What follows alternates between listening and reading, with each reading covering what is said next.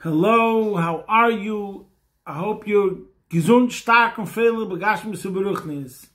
I hope you're healthy, strong and happy physically and spiritually. Today we're actually going to talk about a subject which is health. Spiritual health, which is obviously connected to physical health. So as usual, since the war started, October 7th, we added tzedakah. Gedel tzedakah shemakareves hagula, Mashiach now, we should win, etc. We're going to say a prayer which is very connected with the concept which we're going to talk about today. And this is one of my favorite parts of Jewish prayer. And it's the bracha that we say by Havdalah Motzoi Shabbos. Havdalah means to separate, distinction. Baruch atah Hashem Elokeinu melech haolam. Hashem is blessed. Hamavdil ben kodesh l'chol, ben ner l'choshech, ben Yisroel lo'amim, ben yoyim hashvi l'sheishes me'amaiser. Baruch atah Hashem Hamavdil ben kodesh l'chol. Blessed are you, Hashem, King of the universe, who makes a distinction between sacred and profane, between light and darkness, between Israel and the nations, between the seventh day and the 6 work days. Blessed are you, Hashem, who makes a distinction between sacred and profane. Now, in my very, very humble opinion, if we're going to speak about the generation and the current times, we could say that we're living in an age of confusion. To the very, very existential being of humanity. There's discussions of gender, and there's discussions of right and wrong, what's considered moral, etc. So people are confused, and their perspectives are sometimes completely warped. And obviously, as a person who's a Jew and who believes in the Torah, so we were given clear instructions. And this is what we're going to talk about today. In this week's Parshas Shemini, it speaks about the laws, the mitzvahs of kashrus. What's kosher and what's not kosher. So let's first talk about the issues which are interesting, and then we'll get to the essence of the concept as usual. So in this week's Parsha, we have the mitzvahs connected to kashrus, those animals that are kosher and those animals that are not kosher. But something which is a novelty, I believe, maybe I'm wrong, I'm not such a scholar, is that in the mitzvah of kashrus, generally speaking, as far as I understand, there's 6 mitzvahs. There's, you should eat kosher animals, kosher birds, kosher fish, that's 3 mitzvahs. And there's things you're not allowed to eat. But guess what? There's 3 mitzvahs that are connected with examining if something's kosher. The chinuch brings down mitzvah kuf nun gimel 153, 155, and he brings down 3 mitzvahs. Mitzvahs bedika simoni behema v'chaya. It's a mitzvah. He says the Rambam counts it as a mitzvah to examine the signs of what's a kosher what's a kosher animal. Also, it's a mitzvah to examine the signs of what's a kosher bird. And the same thing, the mitzvah to examine what's a kosher fish and birds and chagovim. And the chinuch brings down that the Ramban does not agree with the Rambam, but the Rambam counts it as 3 mitzvahs. Now, to me, this seems to be like a wild chidush. Because let's say we have halacha, you should buy an esrog. So the mitzvah is to shake the 4 minim. And obviously there's what's considered a kosher lulav and a kosher esrog. But is there a mitzvah to know what the signs of a kosher lulav is? And what's a kosher esrog? The mitzvah is to shake it. You would think it's a mitzvah, it's an aver to eat treif. And that's it. But why would you say that there's a mitzvah to know the signs of what's a kosher animal and what's not? And it's a mitzvah to examine and to know what makes a kosher fish and what makes not a kosher fish, a treifa fish. I don't think you find it by any other mitzvah. Like, for example, karbonis. We have a mitzvah, bring this carbon. Is it a mitzvah to know what makes a animal unfit to be a carbon? And so on and so forth. There's so many mitzvahs in the Torah. Where do we find that there's such a mitzvah, that it's a mitzvah to examine the tefillin or the tzitzis as a separate mitzvah? Of course, it's a precaution, but it's a mitzvah to know and to examine the signs, to know the signs, to make sure whether it's kosher or not.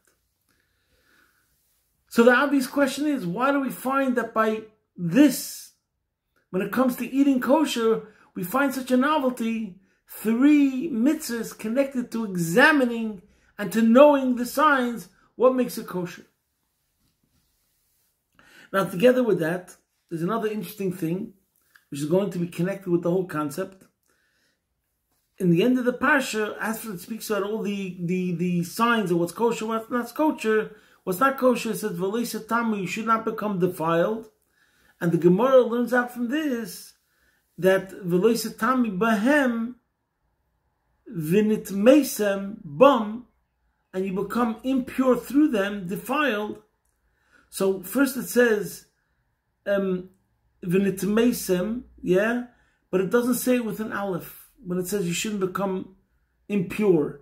And the word Tomei has an aleph. And the Gemara learns out from this in Yuma, Al tikkun meisem ella v'nitamtem. You don't become defiled, but you become confounded. You become stuffed. You become dull. In other words, when a person does not eat kosher, something happens to his brain and his heart. In Chassidus, there's a concept which is called Timtum Alev and Timtum Amoyach. Timtum Amoyach and Timtum Alev, a dullness, a stuffing, a blockage of the mind and a blockage of the heart. And this is something which is very, very vital and threatening spiritually. Which means, Timtum Amoyach means it just doesn't hit the spot. You just don't get it. Sometimes you learn something, you're meant to be aroused, you should be getting inspired. For some reason, you're not getting inspired by anything. It's like you become paralyzed. Why? That's called Timtum Amoyach. You're meditating, you're trying, and nothing's working. You're not becoming stimulated, you're not becoming motivated, you're not becoming aroused. That's called Timtum Amoyach. It doesn't even hit the spot intellectually. And Timtum Alev is the same thing. If it doesn't hit the person on the brain level, that he doesn't become intellectually inspired, so then his heart can't become aroused and excited about whatever it is, positive things that he should be excited from. So I'm not going to elaborate now about what Timtum Amoyach and Timtum Alev means exactly, a blockage of the mind and a blockage of the heart. But in any case, I just want to bring out that eating kosher enhances your spiritual health, and eating treif, God forbid, endangers it. So let's look into this a bit deeper. For those of us who learn Chassidus, the Alter Rebbe in chapter 8 of the Tanya says something so astonishing. But first, let's talk about something I think we spoke many times. In general, I find this to be very, very fundamental and a navigating compass to be able to go through life. You know, you need a GPS, you need a compass. What's the compass? And this makes things very, very clear. Everything in the world falls into one of these 3 categories, according to Chassidus, and I'm not going to elaborate too much. There's Kedusha, that which is the realm of holiness. That's a pair of tefillin, that's a Sefer Torah, that's a mitzvah, that's Kedusha, a Jew. Then there's a realm which is called Klipas Noiga, literally translated as the translucent shell. That is permitted food. An apple falls into the category of Klipas Noiga. A gun also falls into the category of Klipas Noiga. A car falls into the category of Klipas Noiga, which means something which is neutral And it's dependent on the person how he's going to use it. If you use your car as a mitzvah machine to do mitzvahs with it, so then that klipas nega becomes elevated to holiness. If you use a car to do something prohibited, then you lower the car into the realm of sholosh klipas atmeis. See Tanya chapter 7 and 6 and 8 for an elaboration of all these concepts. So one concept is kedusha, one category. There's the other category which is called klipas nega, translucent shell. There's the third category which is called sholosh klipas atmeis, the three impure shells. That's, for lack of a better word right now, we'll call it evil. That which is prohibited. The permissible falls into the category of klipas nega. The prohibited falls into the category of sholosh klipas atmeis. Now the Alter Rebbe explains that when something is called osur, osur means tied up, bound up. So everything in the world has sparks and godly sparks, and it's our job to go into the world, mission of extraction, to elevate the sparks that's all around us. And when we take the physical world and we use it in a positive way, we redeem the godliness which is in the food. Just to speak quickly, if you have an apple over here. So we know that everything is Hashem. As the Baal Shem Tov taught us, Alts is the Rebish, and the Rebish is Alts. But the question is dependent on you whether you are going to bring out that truth or not. If you eat the apple and you have in mind to use the energies in the apple to serve Hashem, and when you ate the apple, you made a blessing, and then you use that energy that you got from the apple to do something positive, that means you revealed that this apple is godliness.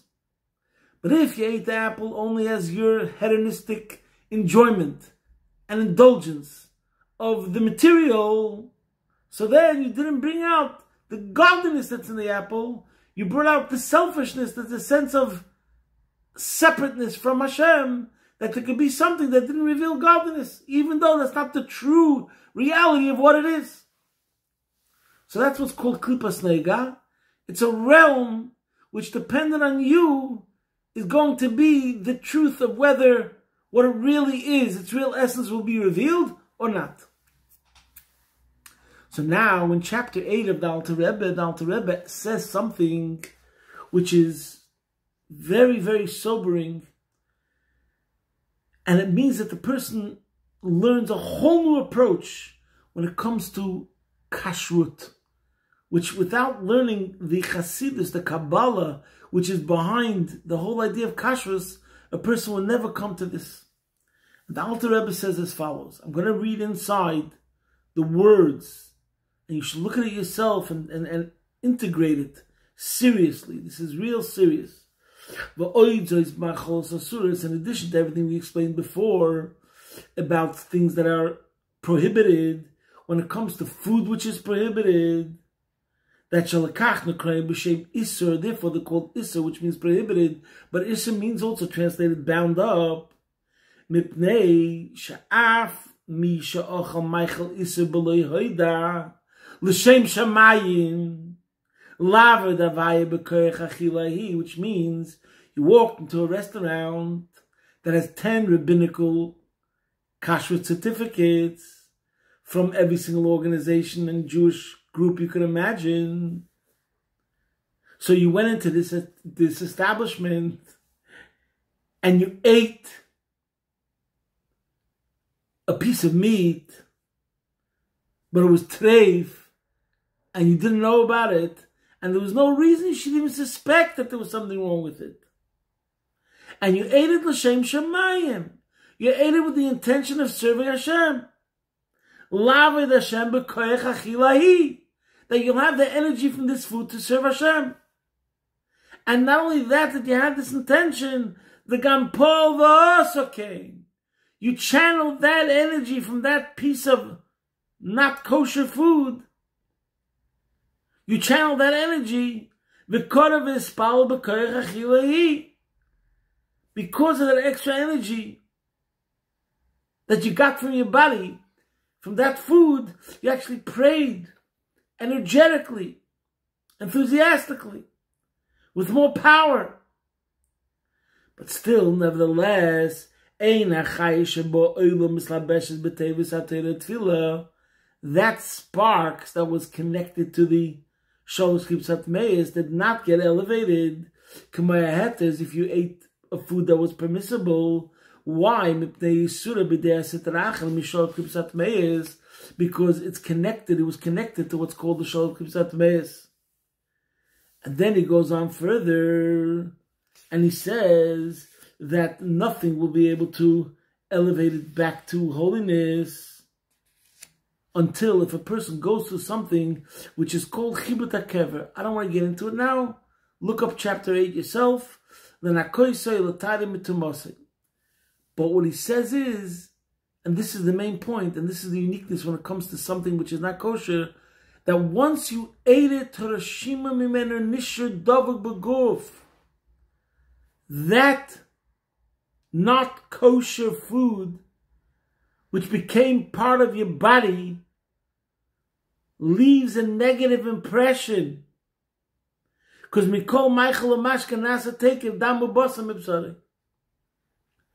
became part of your flesh.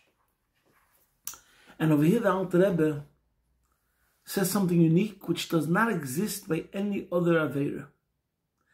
Any other Aveira, you do an Aveira, and then you can move on.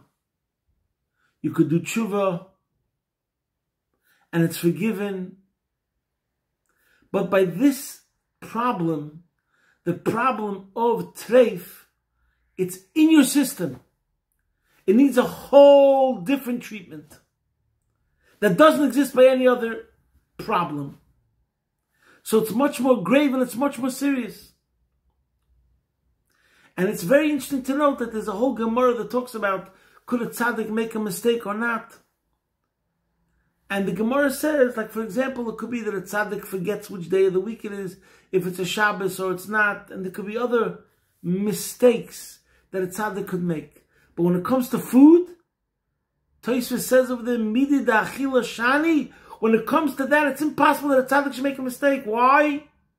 Because if he's taka a tzaddik, a holy person, it can never be that in his system was injected this poison. This Shalosh Kibsat Meis. Because once we're going to say that he made a mistake in something which is kosher and not kosher, as the Alter Rebbe describes at the beginning of chapter 8, that means that the poison's already injected. The toxicity. And once that toxicity is injected into a system, then it's like there's not any more pure good. What do we take from this? That concerning food, there's a greater danger than in any other thing that where a person has to be careful from. Negative influences. And this changes the whole perspective on so many levels. First of all, let's say, for example, so many people have a certain lax attitude when it comes to kashrus. They look into the ingredients of a product. Oh, it doesn't say pork. It doesn't seem like there's anything over here in the ingredients that should make it not kosher. So it's kosher. They look at everything as it's kosher unless they see something in the ingredients which means to imply that it's not kosher. Actually, the approach has to be just the other way around. Everything is not kosher unless you know specifically that it is kosher. Why? Imagine if I told you 1 ounce of something not kosher that will go into your system will kill you. Would you eat it? Would you even put something into your system if you had a doubt? And I was once by a Farbrengen from the Rebbe, and the Rebbe was talking about kashrus, and he says, when the gates, sometimes the Rebbe would speak by Farbrengen and say, when you go over to a Jew, and he was talking about like if you meet a Jew in the street or someone that's not affiliated, and he's not really living that lifestyle 100%, and we speak to him about kashrus, so you have to tell him there's a Jew diet. There's a Jew diet. And the Rebbe said, there's different diets. There's a salt-free diet. There's a sugar-free diet. There's different diets that a person has to have in order to be healthy. Then there's a diet for a Yid. The Eibishter chose the Jewish nation, and we have a certain spiritual sensitivity, and that spiritual sensitivity will become compromised and contaminated if we don't eat kosher. So the Jew diet is kashrus. And if we don't eat kosher, it's poison. You know, in my yeshiva, different years, sometimes they had a Talmud, a student that was allergic to nuts. So as far as I understand, I mean, for younger kids, I think it's every single year, all the time. In our yeshiva, it's a yeshiva, all the students, so unless we know if they, you know, it's not so big, so let's say we have 50, 60, 70 students, so if there's no students that are allergic to nuts, then it's not a problem. Someone could eat nuts. But in schools for younger children, elementary school, primary school, they have what's called a nut-free school.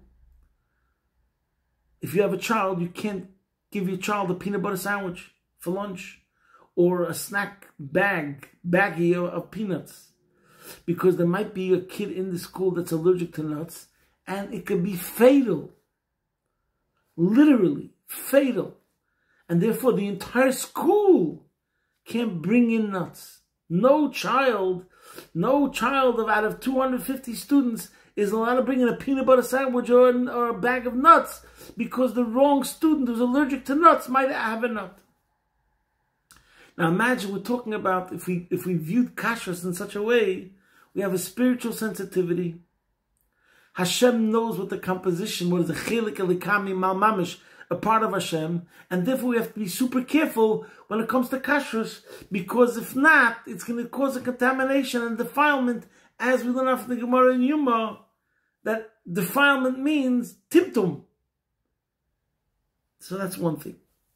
The second thing is, we see from the Rebbe, when it came to, there's many stories about prisoners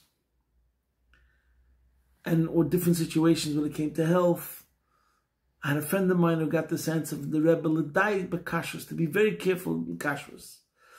And I know that somebody, another person in Crown Heights I just met recently, told me that Rabbi Yaakov called him over and he told him that the Rebbe wants him, that person, to get involved in kashrus for prisoners, Jewish inmates. So the point is, let's see, you're looking at a person and you want him to improve spiritually, etc. You have to realize, as long as the person is eating treif, then whatever you're doing is counterproductive. Because the poison, the toxicity, is entering your system more and more. So therefore, forget about everything else. Like, put on tefillin with him, get him to give tzedakah, do good deeds with him. That's all very, very good. But in a certain sense, first and foremost, you have to make sure he's not eating treif. Because as long as he's eating treif, everything else you're doing is not going to be working properly 100%. Because you're injecting him with poison, and the worst kind of poison you can imagine. So let's go back to the original we started saying. Baruch Hashem, we have a Shulchan Aruch, we have a Torah, we have the Eibishter. And the Eibishter told us, this is Kedusha, this is Klippas Nega, and this is Sholos Klippas Atmeis. And we have to look at it as we understand in the physical sense, that there can be certain foods that are fatal and dangerous.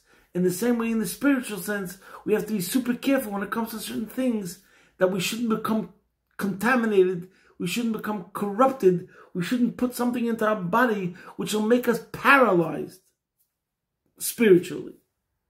Okay, so now we can understand Ulay Yesh Leimar, why only by kashrus do we find this chidush of 3 mitzvahs that are connected, that are called a mitzvah which is bedikas simone behema v'chaya, mitzvahs bedikas simone dogim, and mitzvahs bedikas simone chagovim. Because since by kashrus and treifus, I forgot to say the lashon before, it's called the isur chefza. In other words, generally speaking, when it comes to Judaism, we say, you're not allowed to do this. That's called the isur gavra, which means the prohibition is on the person. You are not allowed to do this. But then sometimes we speak about something which is called the isur chefza. We have an object, an entity, a particle, which the particle itself is an existence of negativity, so to speak. When it comes to kashrus, And when it comes to treif, we say that it's a chefza shel isur, that it's bound up with the negative forces, and you have to be so careful to stay away from it completely. When Mashiach comes, all these forces will be completely elevated. There won't be any more such an existence of a chefza shel isur. But right now, as we're in this world, the Eibishter made certain things, and he told us to stay away from these things, and these things are fatal if swallowed, spiritually speaking.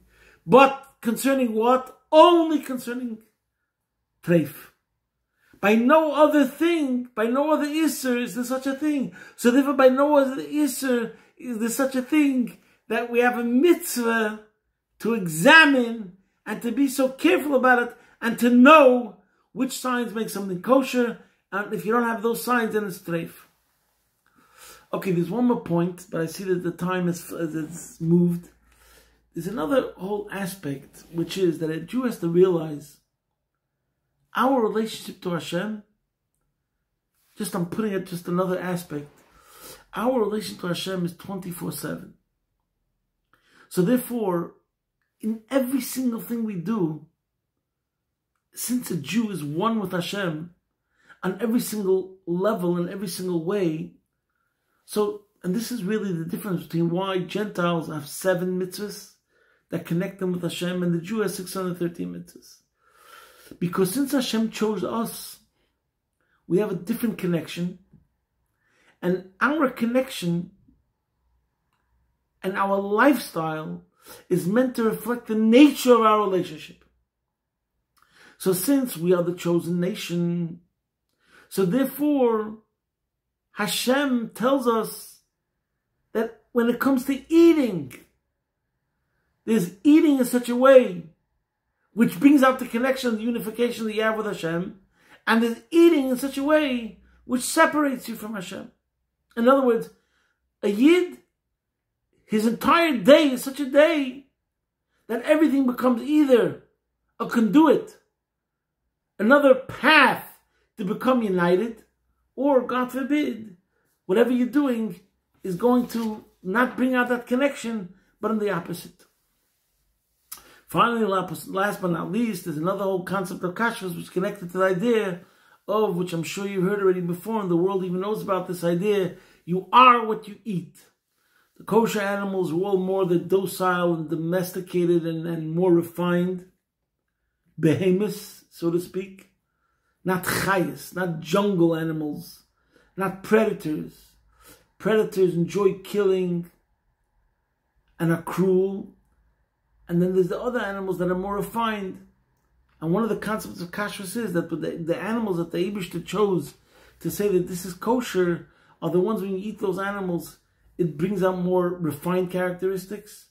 And if you would eat the animals that are treif, it would bring out chas v'sholem, negative tendencies and temperaments and dispositions which are actually bad for you. But that, of course, I mean, based on what we said before, if we're talking about the whole force, whether it's klipas nega, shalosh kzat meis, and as the Alter Rebbe explains in Issa Chefza. So, maybe should help that if we do our part and we're more careful in kashrus, and means a whole different attitude in relation to ourselves to be more careful, and in relation to the world to realize that when we're dealing with somebody, to try to influence them in a positive way, to keep kosher, because once the person starts keeping kosher, we'll see tremendous changes all of a sudden on so many levels, because this is the healthy diet spiritually for a Yid. Maybe should help that we will do our thing. We're holding now still in Chodesh Nisan, before Chodesh Iyar. We should still see miracles, Nisim, take of me ad mamish, ki meitzeis chameret mitzayim and lefloyes, begula mitzvah shleima, take it from yad mamish. Good Shabbos, posting from my home, Be'ez Hashem Yisborach, your man in Melbourne.